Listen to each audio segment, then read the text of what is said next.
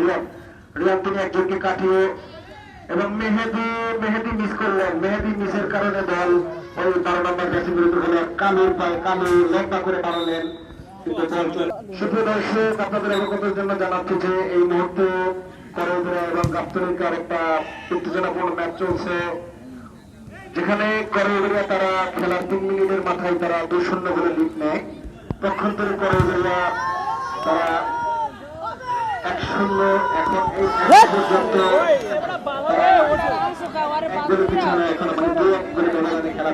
ধরতে পারে পাও পাবে। দেখা যাক করৌদরা কামব্যাক করার জন্য তাদেরকে এখনো জেতার কোনো বিকল্প নাই। উভয় দলই জিততে হবে ম্যাচ। আজকে যারা জিতবে তারা সরাসরি প্লে রাউন্ডে চলে যাবে। সেক্ষেত্রে উভয় দলের জন্য একটা বাঁচা মরণ লড়াই। রিয়ান লম্বা করে বাড়ালেন, এখানে কালু মাথায় হিট করলেন, কিন্তু গুলকির হাতে বল।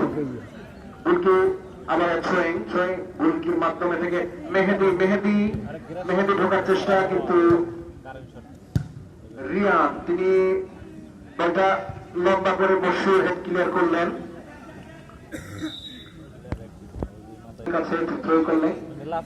দেখা যাক রিয়ান তিনি একজনের উদ্দেশ্যে বাড়ালেন, কিন্তু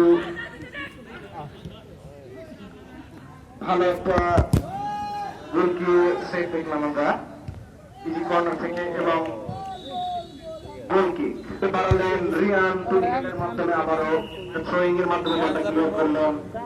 থ্রোয়িং ওই গাবতলী করে বাড়ালেন মোস্তফা থেকে গোলকি একটা অসাধারণ সেভ দিলেন, যার কারণে আসলে একটা কিছুটা রিস্ক তৈরি হয়েছিল, কিন্তু রিস্কটা ক্লিয়ার করলেন আরাফাত।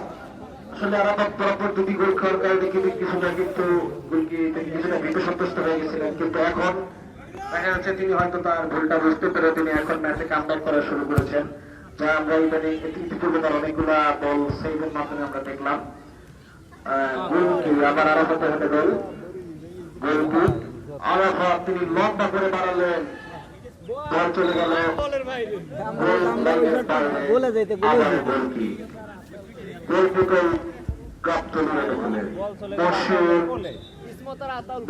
তিনি লম্বা করে বাড়ালেন জাহিদের উদ্দেশ্যে, কিন্তু জাহিদ বল রাখতে না পারায় বল চলে গেল তার আর এক সতীর্থ 9 নম্বর যাচ্ছি পরিচিত খেলোয়াড়। আমি আগেই বলছি আজকে তিনি অসাধারণ ফুটবল খেলছেন।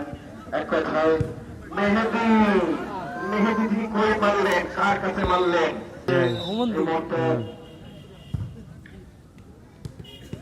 গোলে হানাই দে। রিয়ান ক্লিয়ার করলেন বলটা কর্নারের মাধ্যমে। কর্নার কিক নেওয়ার জন্য জাহিদুল তিনি বল নিয়ে কর্নার অবস্থান করছেন এই মুহূর্তে। দেখা যাক কর্নার একটা ডেঞ্জার জোন, এখান থেকে অনেক ম্যাচে কামব্যাক করার মতো গোল হয়ে থাকে। সেক্ষেত্রে আসলে জাহিদুল লম্বা করে বাড়িয়েছিলেন, কোন সতীর্থ আসলে মাথায়। দেখা যাক রিয়ান কাকে দিলে বল। সেক্ষেত্রে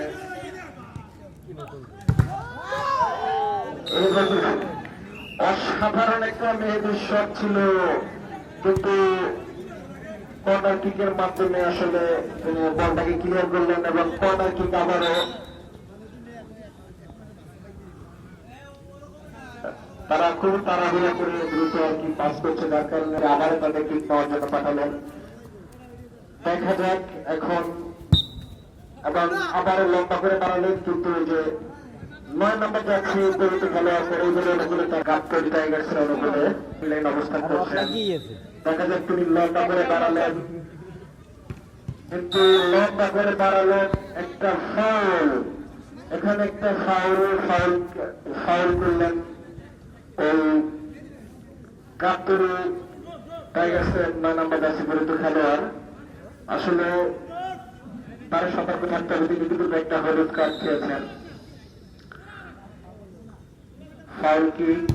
রিয়ান তিনি কিন্তু একদম বাড়িয়েছিলেন, অসাধারণ একটা হেড ছিল মশহুরের, যে হেড থেকে তিনি আসলে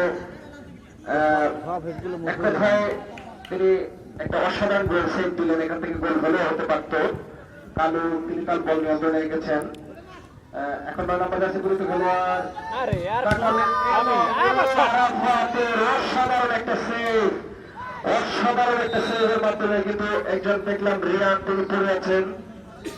রিয়ান তিনি হয়তো পায়ে কিছুটা চোট পেয়েছেন, রেফারির বাঁশি দেখা যায় তিনি আসলে পায়ে অনেকটাই ব্যথা একটা দিন পেয়েছেন। নিজ যায় না, একটা দিন নিজ যায় না খেলা প্রত্যেক দিন ইভেল সম্ভব কামনা করি প্রত্যেকটা দিন। নিতে পারবেন এবং প্রত্যেকটা দল দুটি করে খেলা পাবেন এবং এই 6টি দল থেকে আবার 4টি দল চলে যাবে সরাসরি সেমিফাইনালে।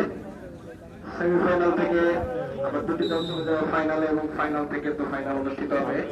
তাই আপনাদের চোখ রাখতে হবে এই পচারগোলা সরকারি প্রাথমিক বিদ্যালয় মাঠে খেলাগুলো উপভোগ করার জন্য।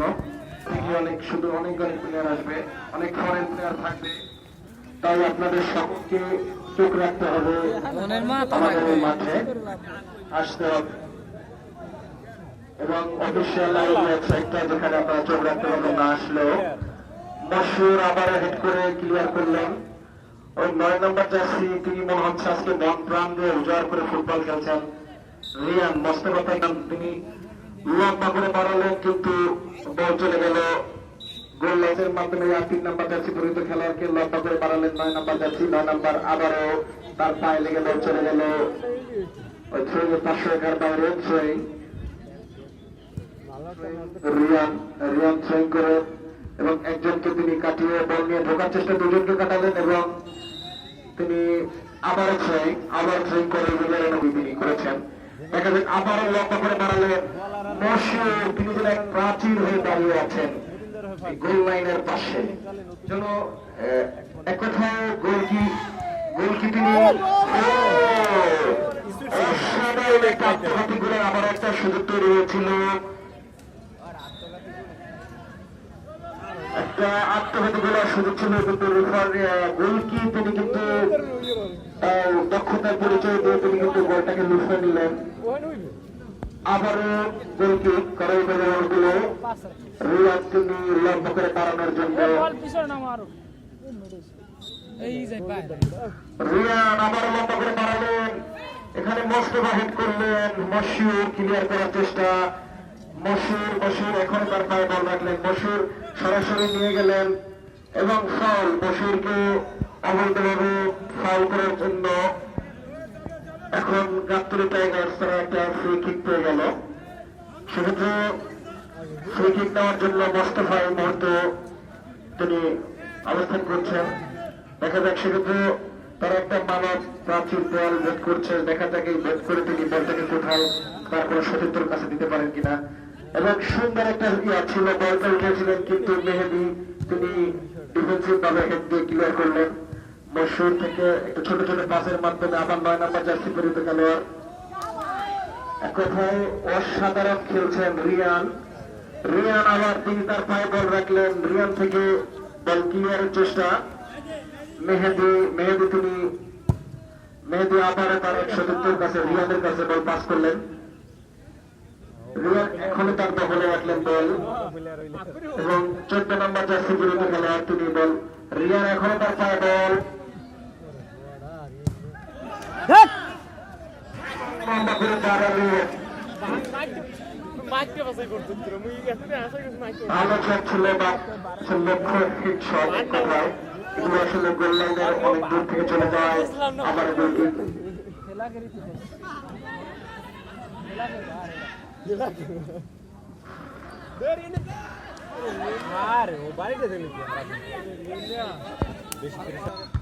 গোল বেশি খাওয়া কাট খাওয়া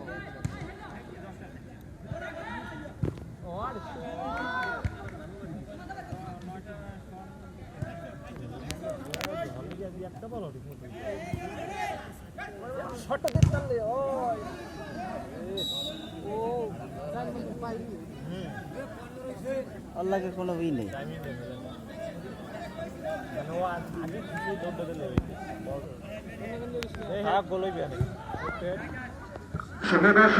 একটা হারানো বিজ্ঞপ্তি এটা হারিয়ে গিয়েছে, সে বলছে হয়তো রাস্তায় পড়তে পারে বা এখান থেকেও হয়তো খেলা দেখার সময় কেউ নিতে পারে, এরকম কিছু। অনেক ছোট ছোট বাচ্চারা আছে, যদি দয়া করে আপনারা কেউ পেয়ে থাকেন বা যদি রাস্তায় পান বা এখান থেকে যদি কোনো বাচ্চারা নেয়, যদি তারপরে বাসায় যাওয়ার পরে দেখেন, দয়া করে আমরা এখানে জমা আপনার দোকানে এটা জমা দেওয়ার জন্য একটু অনুরোধ করলাম। যদি আপনারা পেয়ে থাকেন দয়া করে এটা আসলে আপনাদের কারো কাজে লাগবে না। তাই আসলে যাতে যদি আপনারা কেউ পেয়ে থাকেন দ্রুত এখানে যোগাযোগ করবেন। 3 কেজি আবার আছে বাজার। ধন্যবাদ সবাইকে। অসাধারণ একটা শট ছিল, যা দেখার মতো ছিল। রিয়ানের কাছ থেকে কিন্তু এক কথা ইংল্যান্ড বলটা কিনে নিয়ে শট করলেন এবং ইলিয়াস তিনি আসলে আবার ব্যাক শট।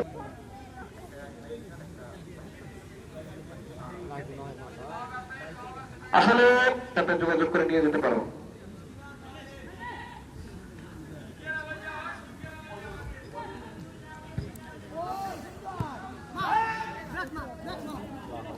আচ্ছা যাই হোক, ধন্যবাদ। জিনিসটা পাওয়া গেছে, এটাই হলো সবচেয়ে বড় বিষয়। আমরা আবারও খেলায় ফিরে আসলাম। সেক্ষেত্রে যে পাইছে তারা অনেক ধন্যবাদ। রুবেল তালুকদার তুমি নিজে যোগাযোগ করে তার সাথে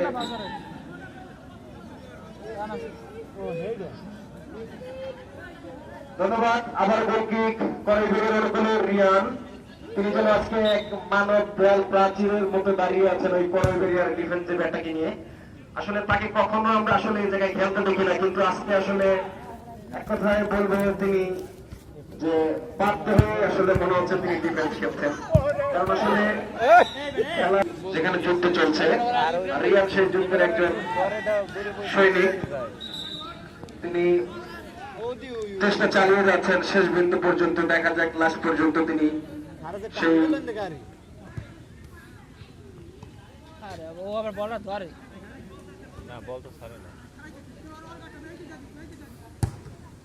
রিয়ান আবারও লম্বা করা বাড়ালেন, কিন্তু মোস্তফা ক্লিয়ার করে দিলেন। কালোর অসাধারণ একটা ব্যাট শট ছিল, কিন্তু কেউ না থাকার কারণে বলতে আবারও 9 নম্বর জার্সি তিনি একজনকে কাটালেন, কিন্তু কাটিয়ে ঢোকার চেষ্টা, কিন্তু মেহেদি প্রতিহত করার চেষ্টা।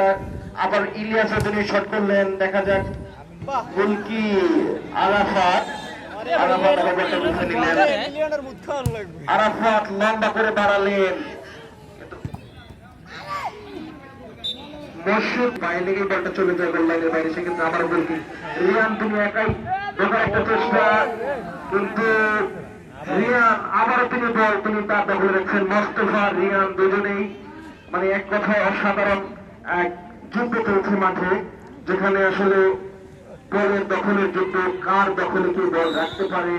এবং আরেকটা ফাউল ওই কাপ্তানের গোলে ফ্রি কিক ছিল, দ্রুত তারা বল, যেখানে আবার জাহিদের পায়ে বল। এই মুহূর্তে জাহিদ আবার 9 নম্বর জার্সি পরিহিত খেলোয়াড়ে তার উদ্দেশ্যে বাড়িয়েছিলেন বল, তার পায়ে এখনো, কিন্তু রিয়ান বল আবার ক্লিয়ার করার চেষ্টা। রিয়ানের পায়ে বল এখনো। রিয়ান তিনি লম্বা করে বাড়ালেন থেকে বল আবারও ওই 29 নম্বর জার্সি পরিহিত খেলোয়াড়। এই মুহূর্তে হৃদয়ের পায়ে ছিল বল, হৃদয় থেকে আবার জাহিদুল আসলে একটা প্রেস করে একটা শট খেলেন, যার কারণে অনেকটা সময় নিয়ে খেলেন। সেক্ষেত্রে